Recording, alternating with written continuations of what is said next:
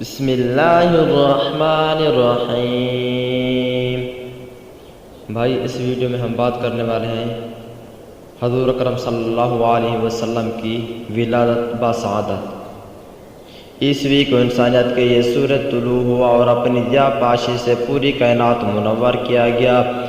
یہی وہ مبارک دن تھا جس کے ساتھ انسان کی انسانیت اور انسان کی فلاح بہبود ہمیشہ کے لیے وابستہ کر دیا گیا۔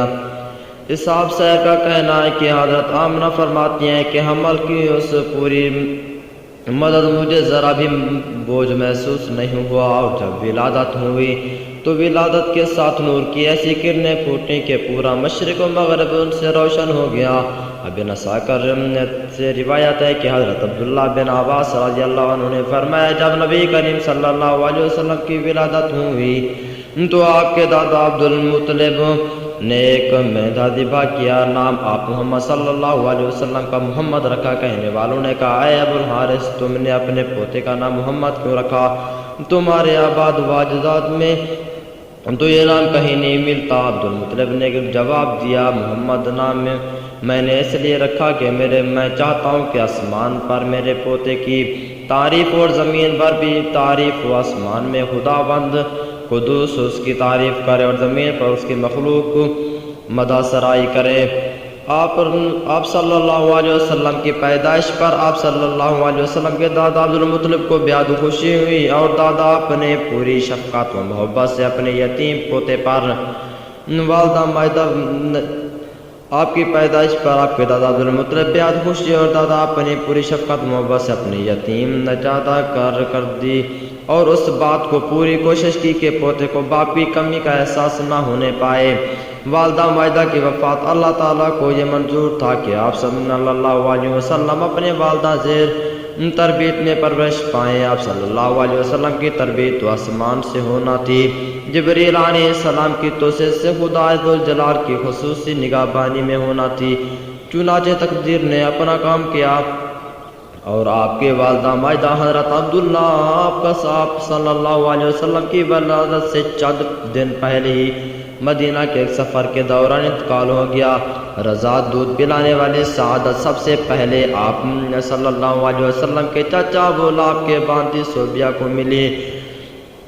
پھر حضرت علیمہ سعدیہ کی قسمت جاگی اور انہیں دودھ پلانے کا سعادت ان کو حاصل ہوئی۔ مکہ میں یہ روایت تھا کہ والدین اپنے بچوں کو رضاعت اور ابتدائی پرورش کے لیے شہروں سے دور زیادہ دیہاتوں میں رکھنا پسند کرتے تھے۔ چنانچہ اس روایت کے مطابق آپ صلی اللہ علیہ وسلم کو حضرت علیمہ سعدیہ کے ساتھ بنو سعد بھیج دیا گیا، جہاں آپ صلی اللہ علیہ وسلم 5 سال تک حضرت علیمہ کے ساتھ رہے۔ وہیں شک صدر کا واقعہ پیش آیا، فرشتوں نے آپ صلی اللہ علیہ وسلم کا سینہ چاک کیا، قلب اطہر کو باہر نکالا، ان کو دھویا نور سے رحمت سے اور ان کو بھر کر پھر اسی جگہ کو رکھ دیا۔ حضرت حلیمہ کو جب یہ واقعہ علم ہوا تو گھبرا گئی، جا کر حضرت آمنہ سے پورا واقعہ بیان کیا اور آپ صلی اللہ علیہ وسلم ان کو حوالہ کرنا چاہا۔ والدہ مائدہ کی وفات جب آپ صلی اللہ علیہ وسلم 6 سال کے ہوئے تو آپ صلی اللہ علیہ وسلم کی والدہ حضرت آمنہ اپنے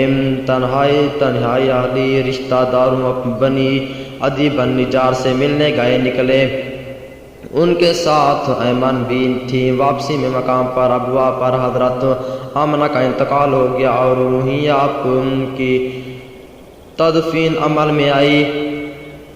8 ہجری میں فتح مکہ کے موقع پر مکہ جانے کے لیے جب آپ صلی اللہ علیہ وسلم مکہ ابوا سے گزرے تو آپ اپنی والدہ کی قبر کی زیارت کے لیے اللہ تعالیٰ سے اجازت چاہی۔ اجازت ملنے پر آپ صلی اللہ علیہ وسلم عبیدہ ہو گئے اور آپ صلی اللہ علیہ وسلم کو عبیدہ دے کر صحابہ کرام رضی اللہ عنہ کی آنکھوں میں کبھی آنسو آ گئے، آنسو سے بھر آئے۔ آپ صلی اللہ علیہ وسلم نے فرمایا ذلتق القبور فتح تذکرۃ الموت، قبروں پر جایا کرو کیونکہ قبر موت کو یاد دلاتی ہے۔ والدہ کے انتقال کے بعد آپ صلی اللہ علیہ وسلم کی کفایت کی ذمہ داری آپ صلی اللہ علیہ وسلم کے دادا عبد المطلب نے اپنے ذمہ لی۔ جب آپ کی عمر 8 سال ہوئی تو آپ صلی اللہ علیہ وسلم کے دادا کا بھی انتقال ہو گیا۔ انتقال سے پہلے آپ صلی اللہ علیہ وسلم کے دادا عبد المطلب نے اپنے اپنے جواب سے بیٹے ابو طالب کو بلایا اور دے کر بھائی ذمہ داری سونپ دیا۔ ابو طالب نے اپنے باپ بعثت پر پوری طرح عمل کیا اور ہر موقع پر آپ صلی اللہ علیہ وسلم کا پورا خیال رکھا۔ انہوں نے آپ صلی اللہ علیہ وسلم کی پوری طرح تائید کی، ہر طرح سے مدد کی اور اپنے چاچا کا ہونے کا حق ادا کیا، لیکن آپ صلی اللہ علیہ وسلم پہ در پہ کوششوں کے باوجود آپ صلی اللہ علیہ وسلم کی دعوت قبول کرنے سے اعتراض کیا، اور آپ صلی اللہ علیہ وسلم سے بے پناہ محبت کرنے کے باوجود جو اپنے شرک پر قائم رہے۔ بچپن ہی سے اللہ تعالیٰ نے اپنے رسول اللہ صلی اللہ علیہ وسلم کو ان کے تمام برائیوں سے محفوظ رکھا۔